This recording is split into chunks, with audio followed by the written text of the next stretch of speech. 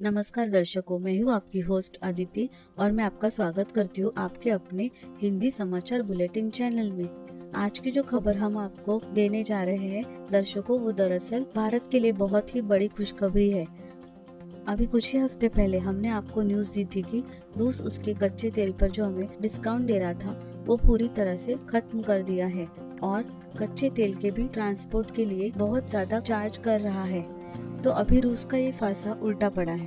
तो चलते हैं फटाफट न्यूज की तरफ। हमारा हौसला बढ़ाने के लिए कमेंट में जय हिंद लिखिए दर्शकों और चैनल को भी सब्सक्राइब कर लीजिए।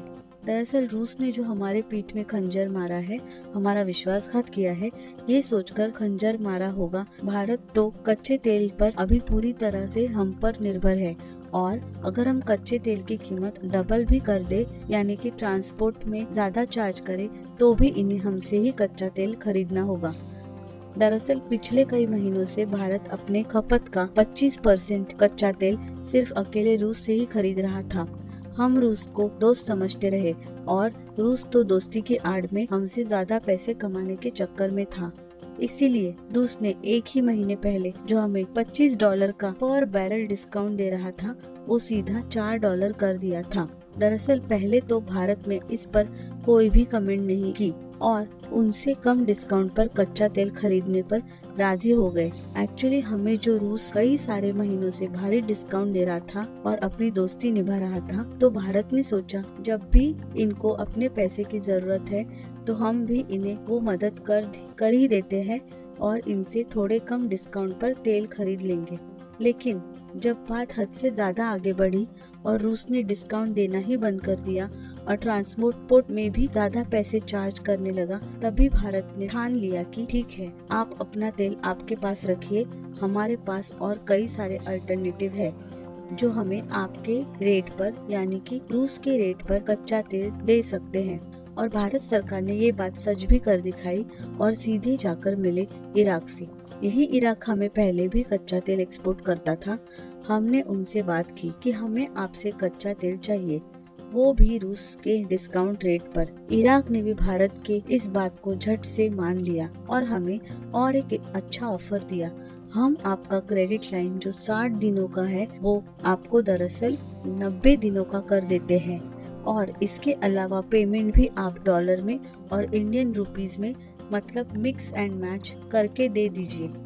और मैं आपको बता दूं दर्शकों की दरअसल इस इराक के डील में डिस्काउंट हमें रूस जितना नहीं मिल रहा है, लेकिन ये जो क्रेडिट लाइन उन्होंने बढ़ाई है 60 दिनों से डायरेक्ट 90 दिन कर दी है, वो दर्शकों हमारे लिए बहुत ही फायदेमंद है। अगर क्रेडिट लाइन आप नहीं जानते हो तो आपको शॉर्ट में बता दूं कि हम कच्चे तेल की डिलीवरी लेने के बाद इसका पेमेंट 90 दिनों के बाद करेंगे।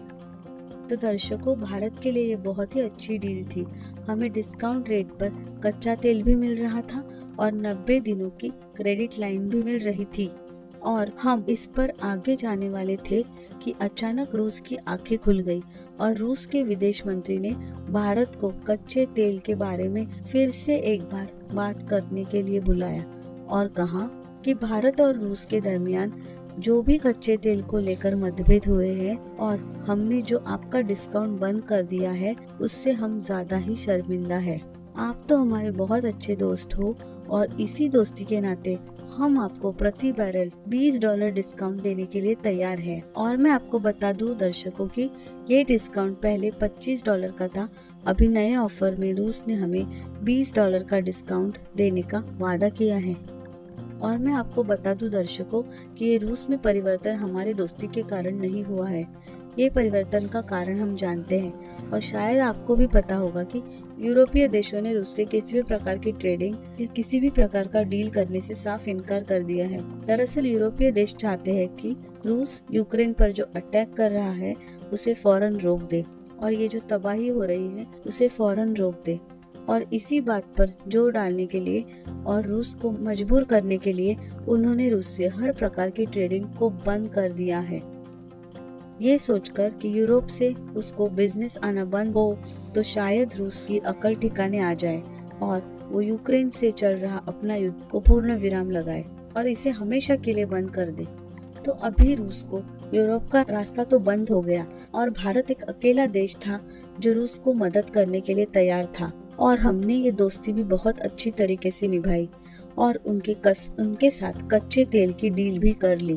भारत की तरफ से कच्चे तेल की खरीदी होने पर रूस को भी फायदा हो रहा था। उनकी अर्थव्यवस्था को भी अच्छा योगदान हम दे रहे थे। लेकिन रूस ने ये डिस्काउंट बंद करके हमें मजबूर कर दिया कि हम इराक के पास चले जाएं। जैसे उनको ये पता चला कि इराक हमें डिस्काउंट रेट पर कच्चा तेल देने के लिए तैयार है, तभी रूस को मिर्ची लगी और यही कारण है कि रूस फिर से एक बार हम पर मेहरबान होके हमें कच्चे तेल पर डिस्काउंट दे रहा है। दरअसल अभी हमारी यानी कि भारत की बारी शुरू होती है। अगर मेरे हिसाब से भारत को ज्यादा डिस्काउंट लेने पर जोर देना चाहिए और उससे जितना ज्यादा हो उतना डिस्काउंट लेना चाहिए, क्योंकि हमारे पास इराक का अल्टरनेटिव तो ऑलरेडी मौजूद है।